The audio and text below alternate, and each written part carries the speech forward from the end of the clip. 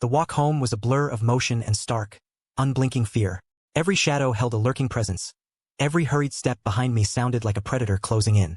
I didn't dare look back, my heart hammering against my ribs, a frantic drumbeat against the city's endless roar. The image of Julian Diaz. Elias, I thought, a name that felt like a whispered secret in my own head, burned behind my eyes.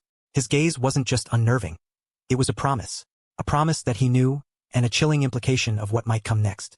My apartment, usually a sanctuary, felt like a flimsy shield against an invisible threat.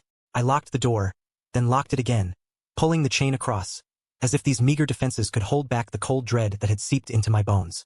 The familiar scent of jasmine and old books did little to soothe me.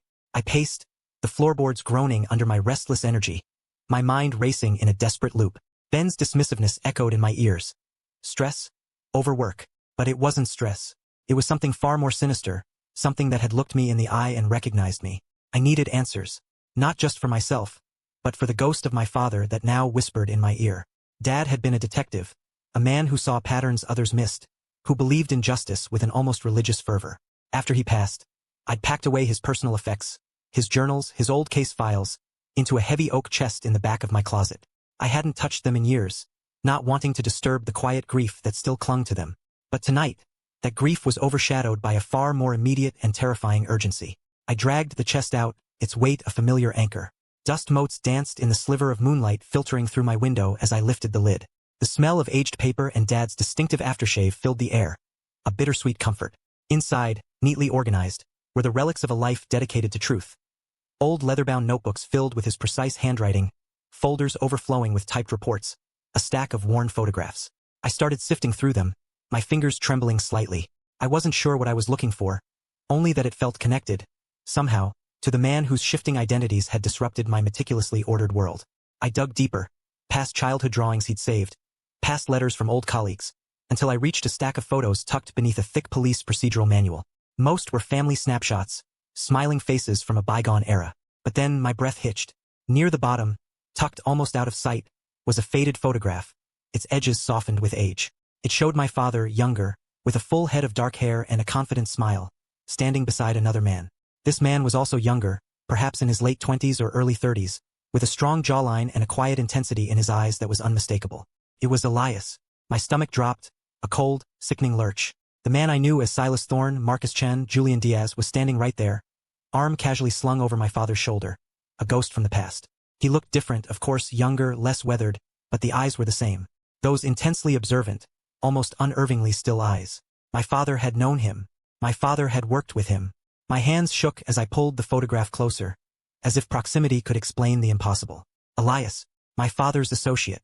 The implications hit me like a physical blow. This wasn't some random criminal who had stumbled into my courtroom life. This was someone intimately connected to my family, to my past. The world tilted on its axis. Beneath the photograph, a small, red leather-bound notebook lay open. It wasn't one of Dad's official journals, but a personal one, filled with hurried scrawls and half-finished thoughts. My eyes scanned the page, deciphering his familiar script, until I found what I instinctively knew was important. Asterisk Elias, sharp, too sharp, almost a sixth sense for detail. Good asset. But something shifted. Too many questions. His contacts, not typical. Shadowy. Connected to the ghost operative theory? Shifting identities, untraceable. He's building something. Not just a network. An entire architecture of untruths. Someone's paying him well for it. Powerful clients. Getting too close. Need more proof. The old files. They just vanished. Asterisk. The words swam before my eyes, then snapped into focus with terrifying clarity. Asterisk ghost operative. Shifting identities. Untraceable. Powerful clients. Asterisk my father hadn't just known Elias. He had been investigating him. Elias wasn't merely fabricating identities for minor cases. He was a fixer, a maestro of deception, building a shadowy enterprise for clients with deep pockets and darker motives. My father, the tenacious detective, had recognized the signs, sensed the corruption, and had begun to pull at the threads. It was all there, laid bare in Dad's cryptic notes.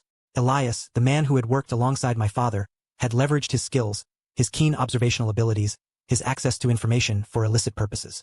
He was a professional chameleon, a puppet master of false narratives, and my father had been on the verge of exposing him.